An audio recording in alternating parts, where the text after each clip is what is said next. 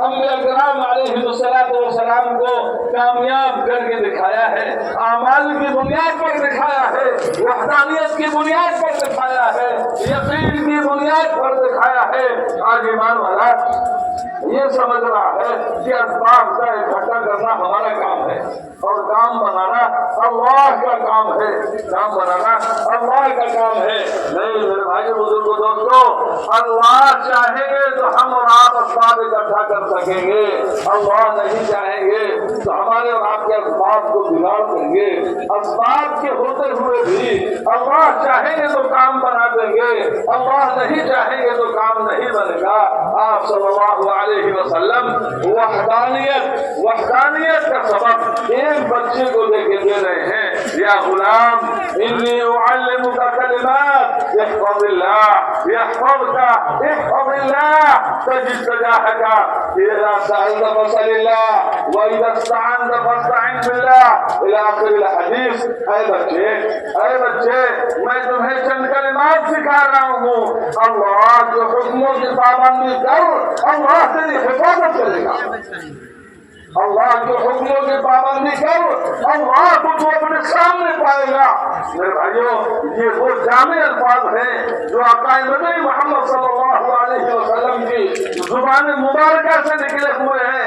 اے لوگوں، اللہ کے احکام کی پابندی کرو، اللہ تبارک و تعالیٰ تمہاری حفاظت کریں گے۔ اے لوگوں، اللہ کے اوامر کی پابندی کرو، اللہ تبارک و تعالیٰ کو تم اپنے سامنے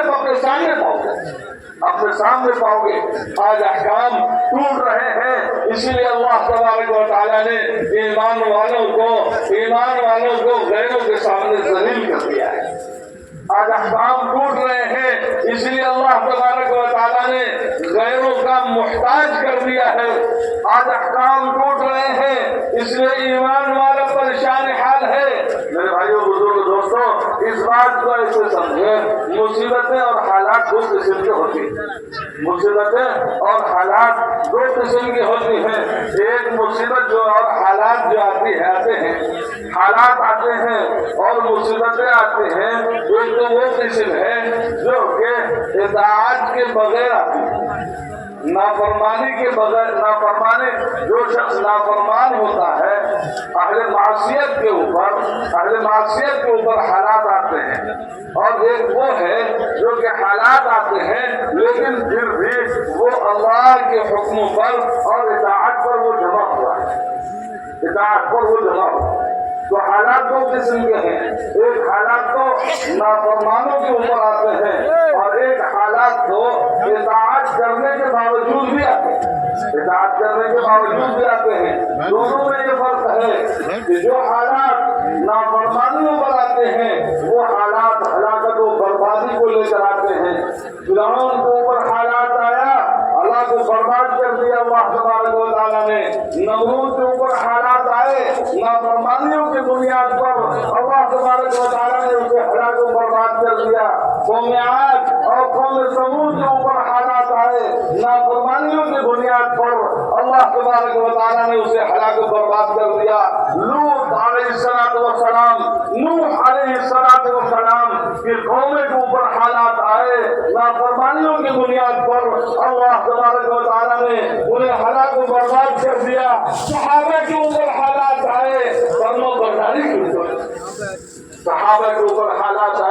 فرما برداری کے ساتھ کلیجے پر پتھر کا توڑا جانا اور حضرت بلال حبشی رضی اللہ تعالیٰ عنہ کے گردن میں رسیوں کو ڈال کر ایک پہاڑ سے دوسرے پہاڑ تک گھمائے جانا اور ریتیلی زمین پر گھسیٹا جانا اور خباب بن الارت رضی اللہ تعالیٰ عنہ کے خون اور چربی سے آگوں کا بجھنا اور حضرت خبیب رضی اللہ تعالیٰ عنہ کو سولی پر چڑھایا جانا، حضرت حمزہ رضی اللہ تعالیٰ عنہ کو شہید کیا جانا اور ان کے سینوں کو دو ٹکڑے کیا جانا اور اندر سے کلیجے نکال کر ٹکڑے کر کے جلایا جانا۔ آپ صلی اللہ علیہ وسلم کے اوپر حالات آئے، آپ کے چہرے پہ تلوار کا چلایا جانا اور آپ کے دندان مبارک کو شہید کرنا، جعفر رضی اللہ تعالیٰ عنہ کے دونوں ہاتھوں کو شہید کرنا اور ان کا علم کو سینے سے لگا دینا اور ان کے پیٹھ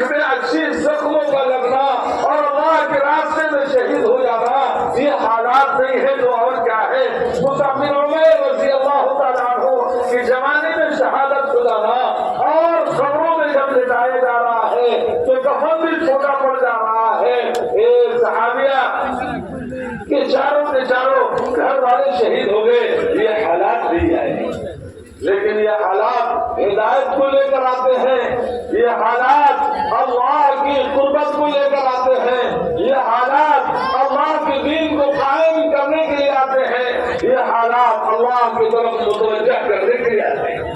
جو صحابہ کے اوپر حالات آئے ہدایت کے ساتھ آئے, ہدایت کے ساتھ آئے, وہ نصرت کے ساتھ آئے حالات. اس لیے میرے بھائیوں بزرگوں دوستوں, اگر حالات آ رہے ہیں ایمان والوں کے اوپر, اگر حالات آ رہے ہیں مساجد کے اوپر, اگر حالات آ رہے ہیں مدارس کے اوپر, اگر حالات آ رہے ہیں دین کی محنت کرنے والوں کے اوپر, تو یاد رکھیں ایسے حالات میں ہمیں اللہ کے سامنے جمنا ہوگا اور جھکنا ہوگا.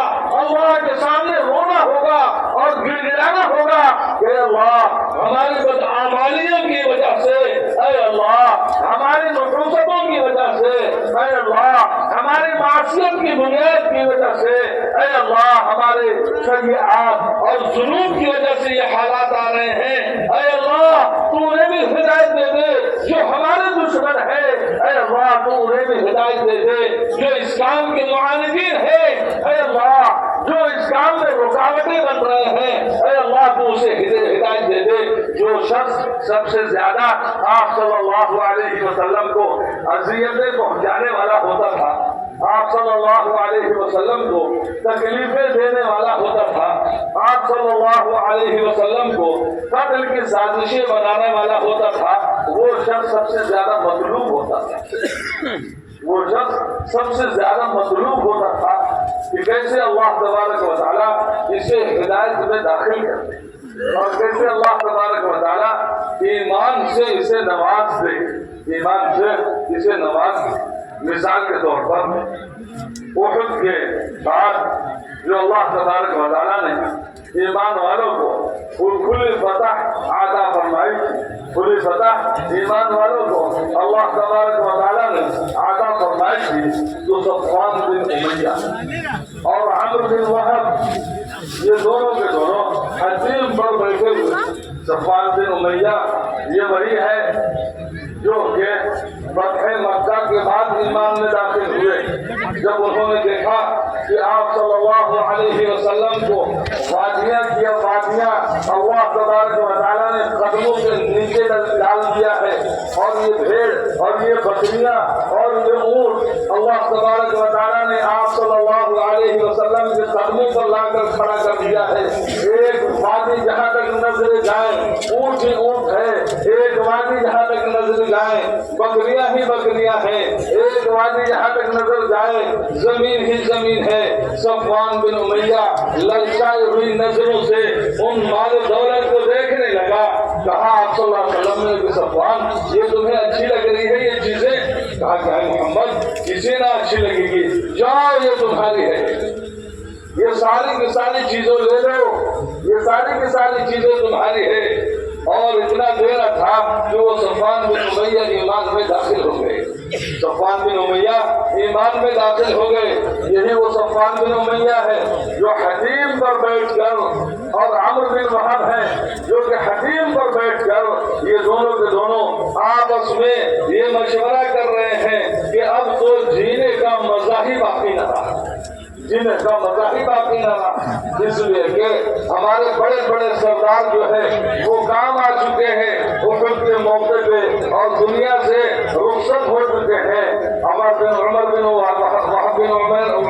وہب نے کہا کہ خدا کی قسم اگر میرے اوپر دین یعنی قرض نہ ہوتا اور میرے اوپر بچوں کی ذمہ داری بچوں کا بوجھ نہ ہوتا تو میں اپنی تلوار میں زہر پلاتا اور جا کر محمد کو قتل کر دیتا.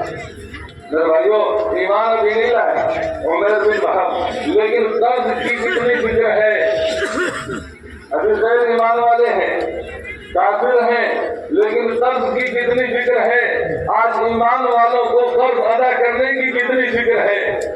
آج ایمان والوں کو قرض ادا کرنے کی کتنی فکر ہے. جب ہم قرض کسی کا لے لیں اور ادا کرنے کی فکر نہ ہو تو اللہ تبارک و تعالیٰ ہماری مدد نہیں فرمائے. لیکن قرض لینے کے بعد جب ادائیگی کی فکر ہو تو اللہ تبارک و تعالی ہماری مدد فرمائیں گے. حتیٰ کہ آپ صلی اللہ علیہ وسلم نے مقروضین کی جنازے کی نماز نہیں پڑھائی ہے. اور اگر کوئی شخص اس کی ذمہ داری لے لیتا کہ اللہ کے رسول صلی اللہ علیہ وسلم میں ان کا قرض ادا کروں گا، تو آپ صلی اللہ علیہ وسلم بڑھتے آگے اور ان کی جنازے کی نماز پڑھاتے. ہم غور کریں کہ معاملات میں ہم کتنے کچے اور کتنے پکے ہیں، اور صحابہ کرام رضوان اللہ تعالی علیہم اجمعین معاملات میں کتنے پکے تھے.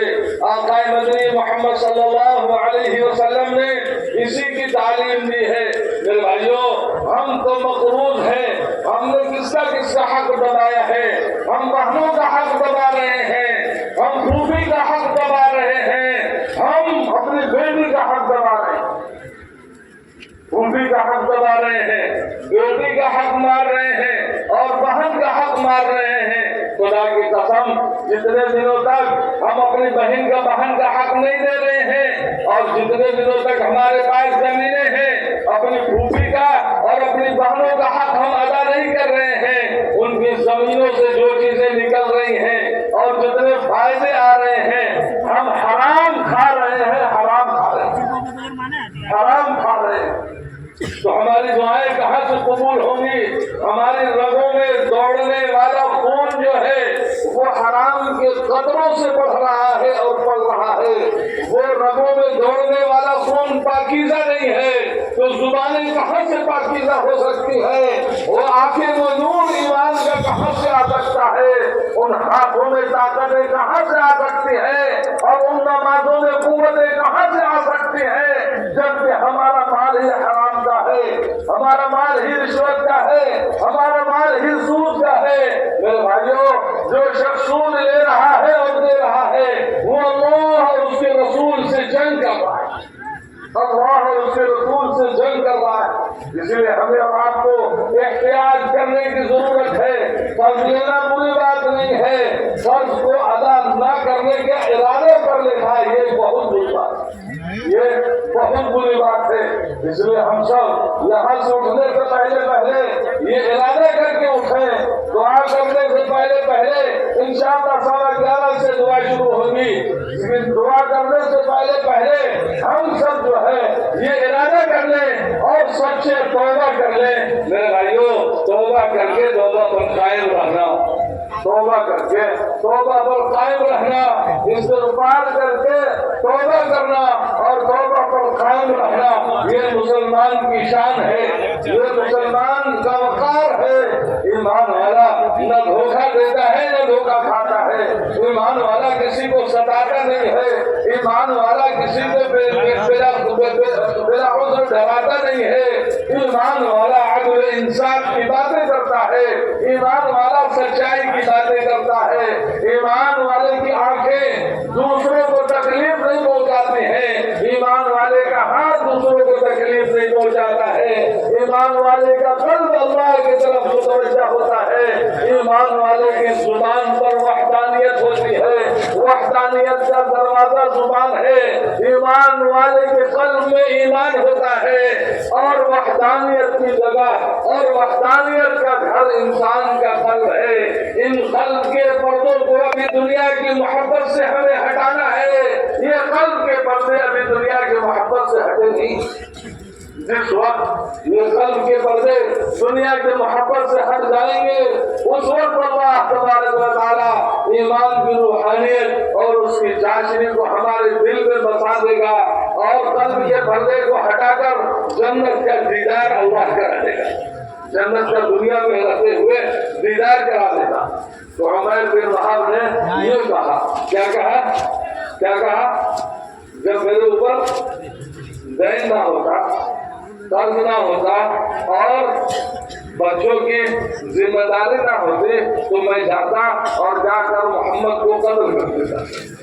صفوان بن امیہ نے موقع پایا اور موقع ڈھونڈتے ہی اس نے کہا کہ جہاں تک تمہارے قرض کا تعلق ہے تو وہ قرض کی ادائیگی میں کر دوں گا، وہ قرض کی ادائیگی میں کر دوں گا، اور جہاں تک تمہارے بال بچوں کا معاملہ ہے تو خدا کی قسم ایسا نہیں ہو سکتا کہ میرے بچوں کو کھانے کے لیے تو ہو اور تمہارے بچوں کے لیے نہ ہو۔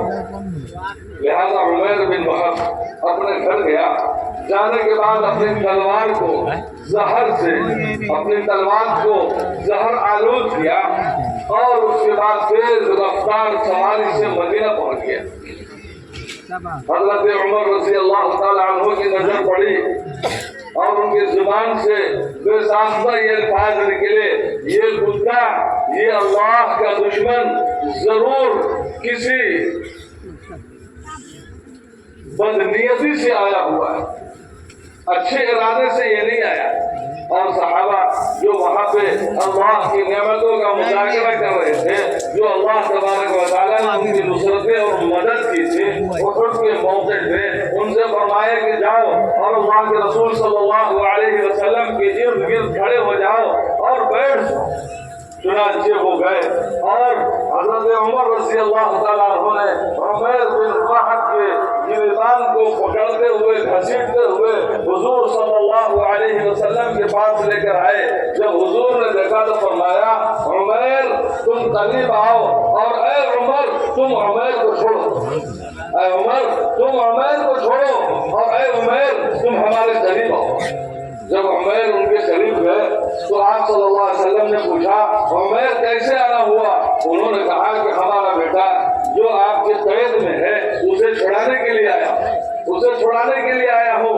حضور صلی اللہ علیہ وسلم نے فرمایا، عمیر صحیح بتاؤ کیوں آئے ہو؟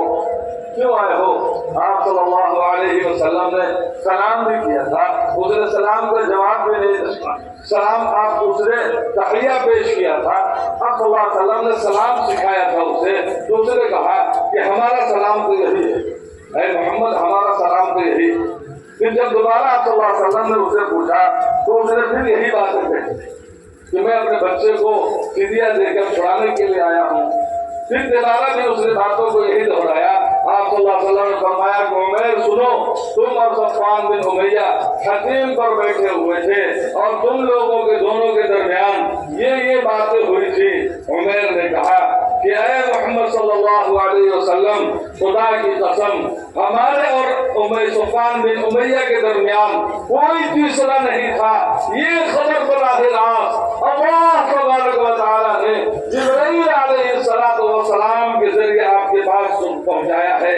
اشہد ان لا الہ الا اللہ واشہد انک رسول اللہ۔ وہیں پر کلمہ پڑھ لیے۔ ایک شخص آیا ہے آپ صلی اللہ علیہ وسلم کو قتل کرنے کے لیے، ایک شخص آیا ہے آپ کے وجود کو مٹانے کے لیے، لیکن قربان جائے اے ایمان والو، ایسے ہی اللہ تبارک و تعالیٰ نے قرآن میں نہیں فرمایا انک لعلی خلق عظیم، اے محمد صلی اللہ علیہ وسلم بے شک آپ اخلاق کے اعلیٰ درجے تک فائز ہیں۔ ایسے ہی نہیں فرمایا کہ ایک شخص آیا قتل کرنے کے لیے آپ صلی اللہ علیہ وسلم کو اور آپ نے ایمان میں اسے داخل کر دیا،